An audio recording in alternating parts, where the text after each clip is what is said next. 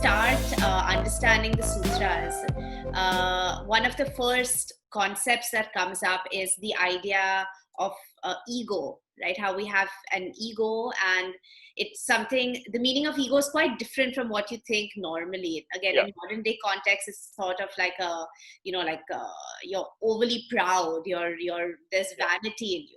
But according to the sutras, it's different. It's that part of you that is made up from society's impact on you, the external world's impact on you creates ideas and images, and that's your ego. But I have a question, which is how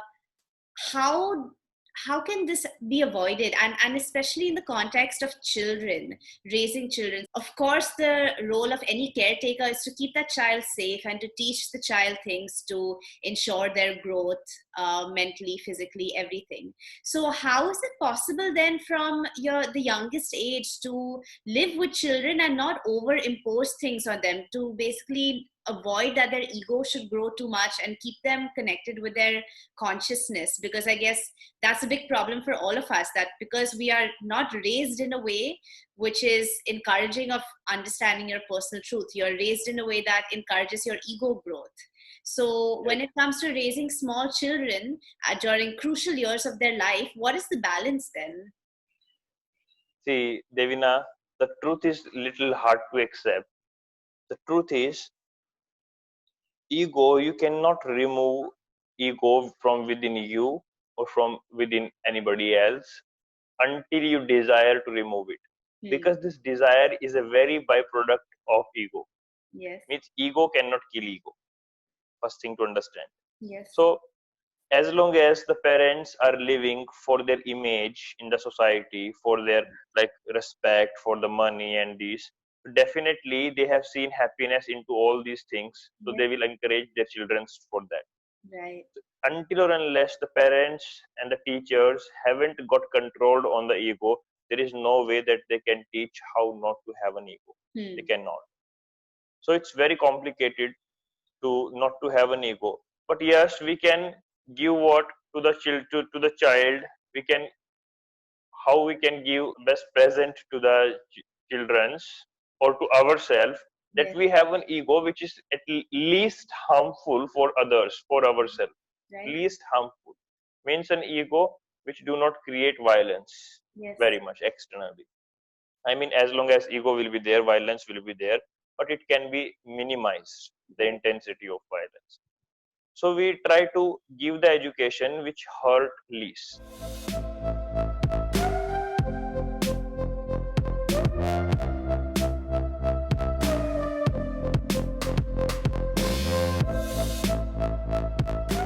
So the age of 0 to 8 is very, very critical, very sensitive age, where children learn, where human learn 50% of their lives from 0 to 8. 50% of all the learning happens from 0 to 8. And in this age of 0 to 8, you are building your character, you are building your personality and everything. So you are so sensitive. Each thing which is happening in your surrounding, you are making yourself, you are building what you are. You are having a journey from no image to an image. So image will be there for sure. Doesn't matter if you how much you try to control it. Image will be built, but which kind of image?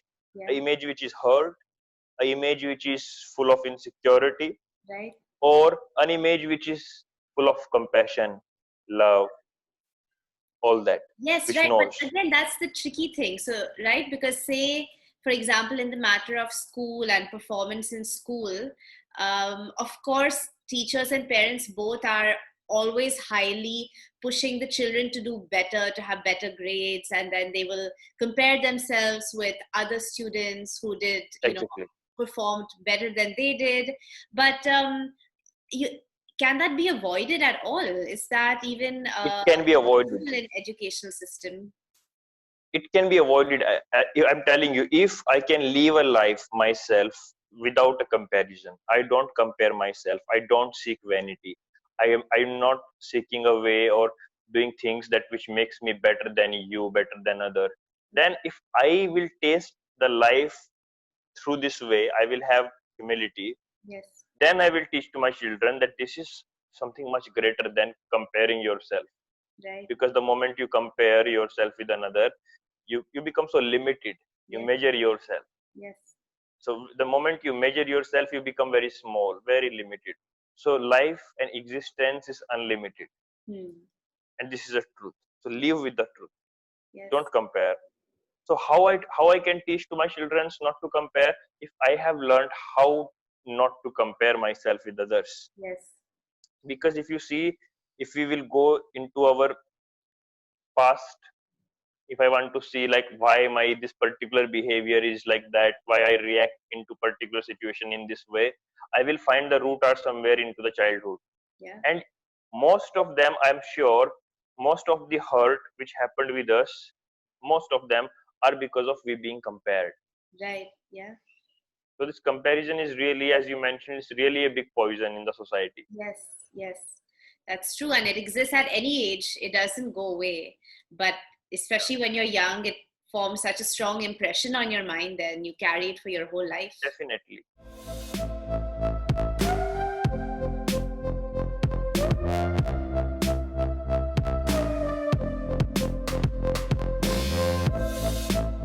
If I want to become a good parent, if I want to become a good father, a good mother, Yes. or a good teacher, I need to work on myself.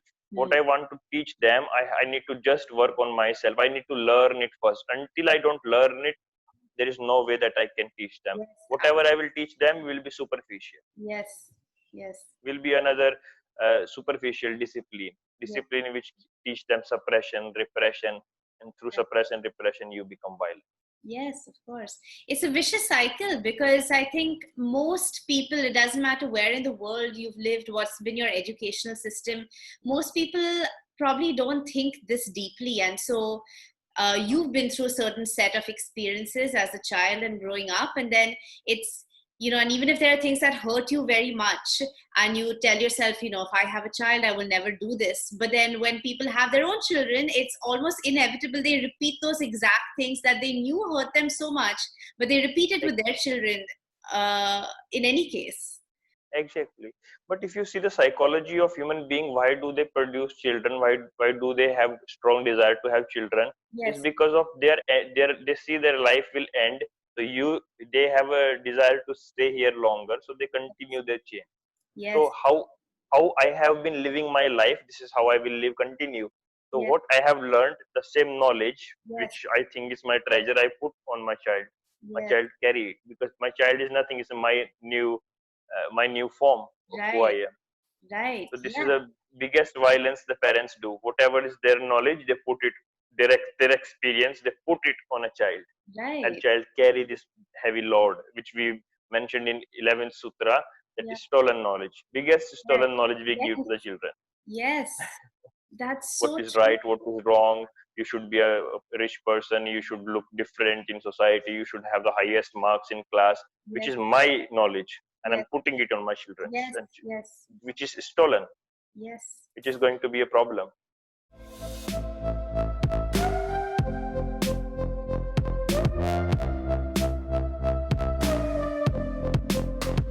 That's so interesting what you've said. The main reason why people have children is it's really, just to sort of keep themselves alive even after they are gone, Because everybody have fear of death.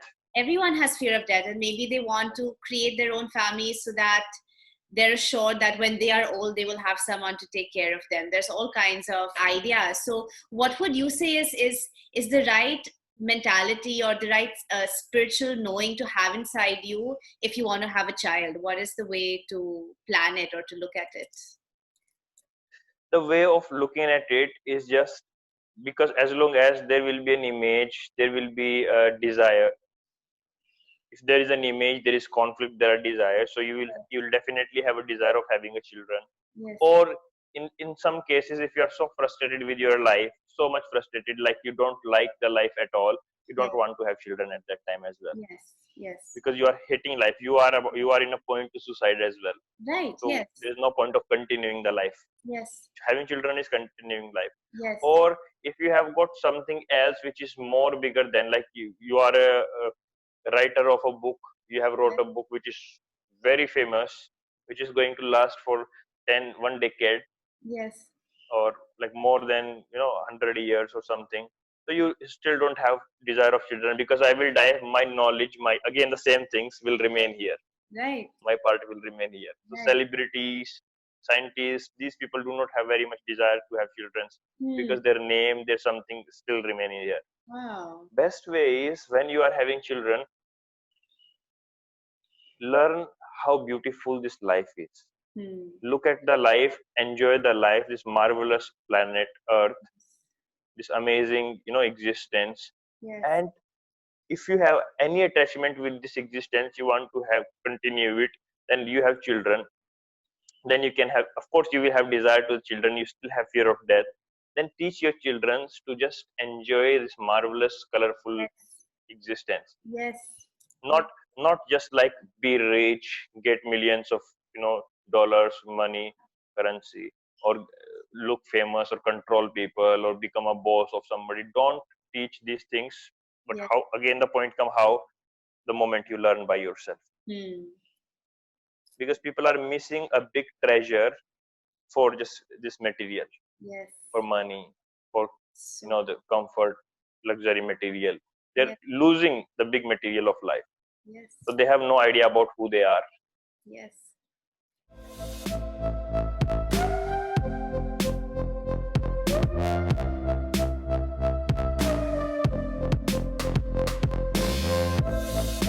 So it really takes a lot of inner work to get you to a mind space, head space, which is going to be actually very beneficial and healthy for your child too. Because the way we live now, it's true. I mean, no one's thinking about these things at all. I was talking to someone recently who said that neither a child, if you ask a small child, what do you want to be when you grow up? Or you even ask the parents, what do you want for your children?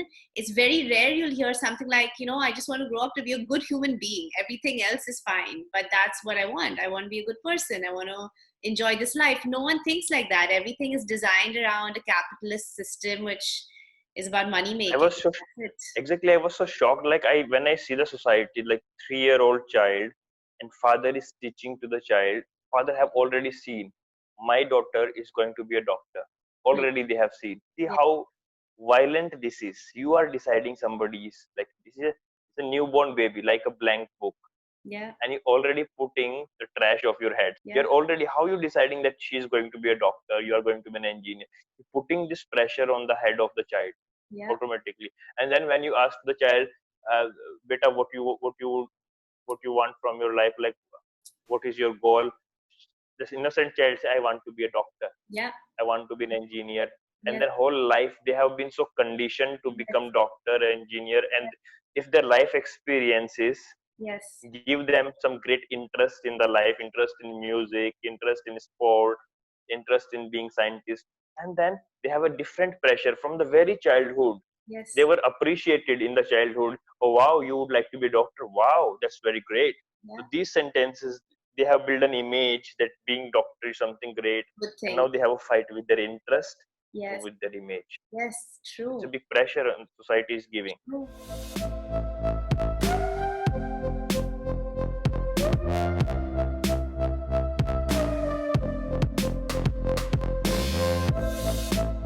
Another issue that comes up is that parents don't always understand that their role as a parent changes as the child grows up. So my role to a child when they're 5 will be different to when they're 10, different when they're 15, different when they're 20, and very different when they're 20 plus.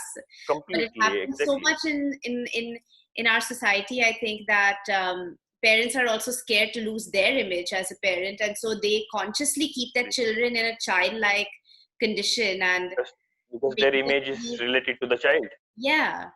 And what is child going to be is going to be their image. So the idea of a child moving away from home or completely separating and living their own life is very difficult for a parent, and they try to avoid that as much as possible, right? And continue to keep the child in their control. If I want the right growth of my children, I need to grow myself. The way of growth takes place in freedom. If I have inner freedom, if I have certain types of freedom in my life, then I can grow. Yes. But the structure, the conditioning of the mind, which I got from my parents, which I got from society, these conditioning will never let me grow. I need to understand the conditionings, how they build up, and do I really belong to this conditioning? Yes. Then I need to understand the truth. I need to come out of this conditioning, and then it will give me certain freedom when conditioning will break, and then I will grow. Yes. So freedom is very important. Like the example I just given you, a person, the 3-year-old child says you are going to be a doctor. It's a big conditioning. Yeah. This conditioning will never let this child grow. Yes.